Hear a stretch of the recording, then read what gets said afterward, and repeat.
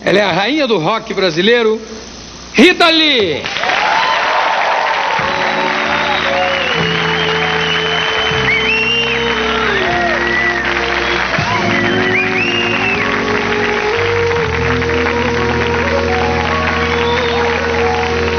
E aí, Ritinha?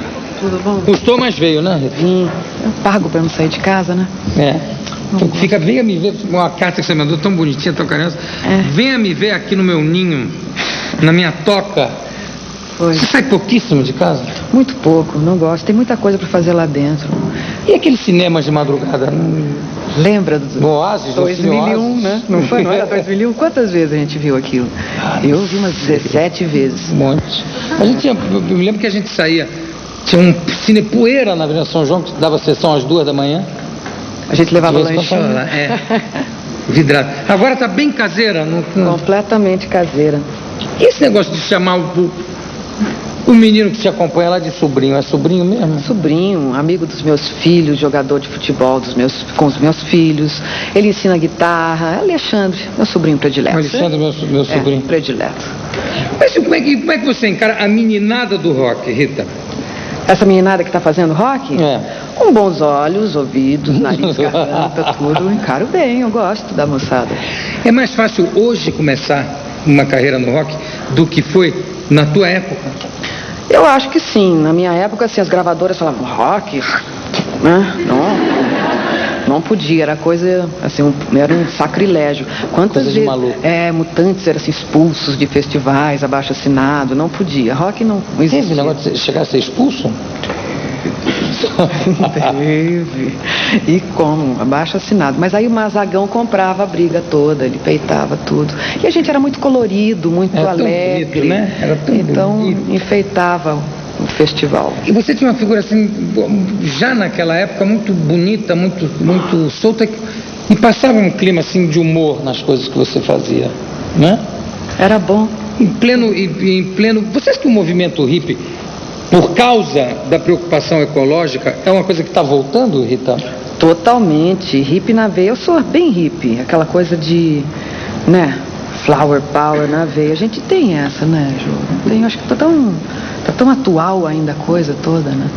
Porque é uma coisa que não chegou a como é que se diz, a acontecer totalmente, né? Quer dizer, não chegou a fechar o ciclo. É uma coisa que pode estar fechando esse ciclo tem agora. plataformas e plataformas. Só a farra do boi dá pra gente mandar uma aula, né? Eu tenho pavor daquilo. Eu acho um horror aquela situação lá em Santa Catarina. Eu acho péssimo. E que continua, né? Continua, horrível. Vamos fazer a forra do boi, né? Como o Hermeto está fazendo. Barato isso. E a parte de viagens, Rita, você chegou a viajar muito, né? Fazendo... Sóbria ou...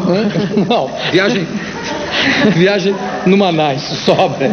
Sóbria, sim, viagem. De botar o pé na estrada. Botar o pé na estrada, mochilinha, né? Eu gosto muito de uma viagem. Mas agora com babies na jogada, eu sou muito caseira, muito mãe, tudo. Eu gosto de ficar em casa acompanhando a meninada, vendo se o dentinho caiu, se escova o dentinho que não caiu. Né? Você faz essas coisas?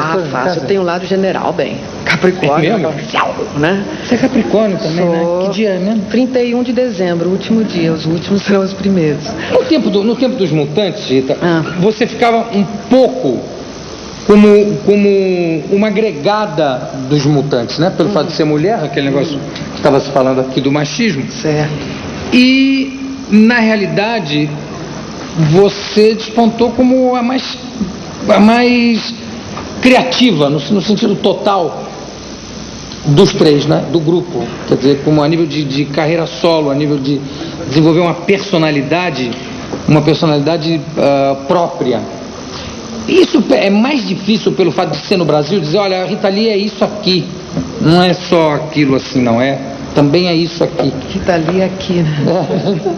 Teve esse lance. Mutantes, teve uma época de Mutantes, logo no comecinho, que a gente era assim da mesma escola, e festivais e tudo, era legal. o que tinha um humor, a gente gostava de esculhambar, Era ainda super era irreverente. gostoso. Eu acho que, inclusive, rock and roll no Brasil, a fase mais rock que o Brasil teve foi na época do tropicalismo. Claro. Bem rock. Mas os Mutantes depois, com o tempo, quando os meninos é bom, né? Caetano e Gil foram exilados, aí a gente ficou meio órfão.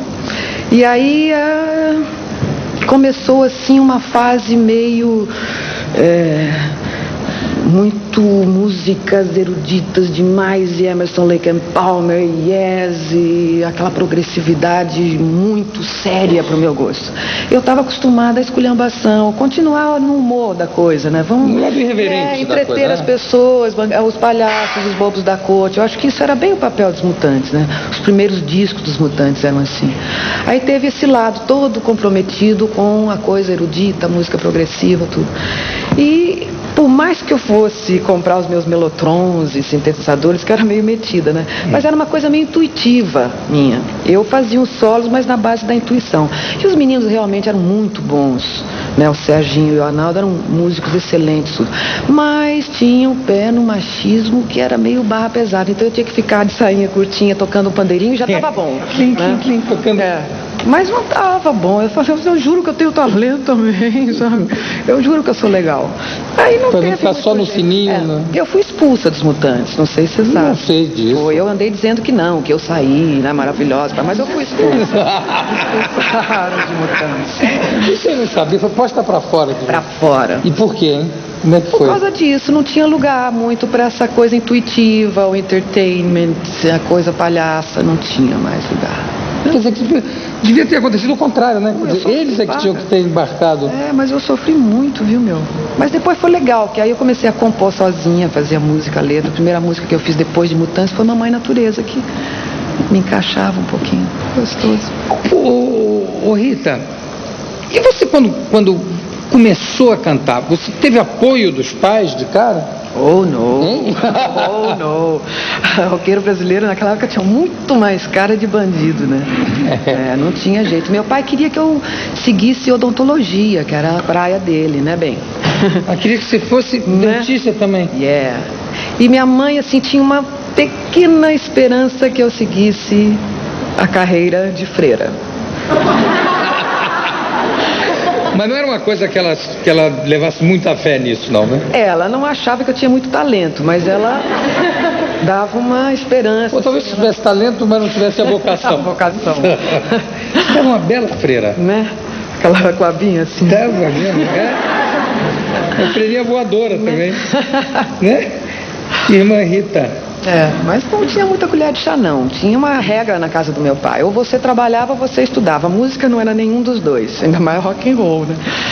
Não era. Então, não era considerado nem... Não. Aí a ovelha negra pegou e saiu de casa. E como é que eles descobriram que você estava você tinha caído na vida do rock? Ai, que loucura. Foi uma história muito doida. Eu fugia de casa à noite e eles não sabiam. Então era assim, meu pai tinha um jantar às 7 horas da noite e a gente tinha que estar à mesa, né, a regra. Só que vestidinha de pijama já, né? Com pijaminha, tudo. De coelhinho, não? Não. Com um pezinho... Um pompomzinho. Não. Não. Então, aí várias vezes eu por baixo, assim, do pijaminha, tava com a minha roupa de guerra, tá certo? E aí eu pulava pela janela e ia pra ver, mas era uma coisa tão inocente, aquela coisa de escola, que não tinha problema nenhum, sabe? Mas era uma coisa escondida. Tinha uma iminência do perigo que me deixava assim com uma tesão muito louca de... isso aí era rock pra chuchu, né? E eu tinha um grupo de meninas, eu tocava bateria. Aí era as Teenage Singers. Aí... Até um dia, Jô, que eu tive uma crise de apendicite, tocando o pedal da bateria, né? E aí teve que chamar pai e mãe, aquele fechame todo. Aí foi assim. Plena crise de apendicite, aí eles mandaram assim, hospital, aquela cena toda. Foi nessas que meu pai chegou e falou, sei. Aí ele me deu um disquinho. Dr. Lee. Me deu um disquinho. E falou, tudo bem, não sei o quê, nas horas vagas, mas os estudos, blá, blá. Mas aí que ele ficou sabendo que eu era realmente louca por música, né? Não tinha jeito. Minha mãe era uma musicista maravilhosa, ela tocava muito bem italiana, linda, ai, que mulher maravilhosa. Mas a tua mãe já sabia da tua... Ela era mais cúmplice, mas era meio... Sabia que era uma freira, mas uma freira musical. Não voava mais do que...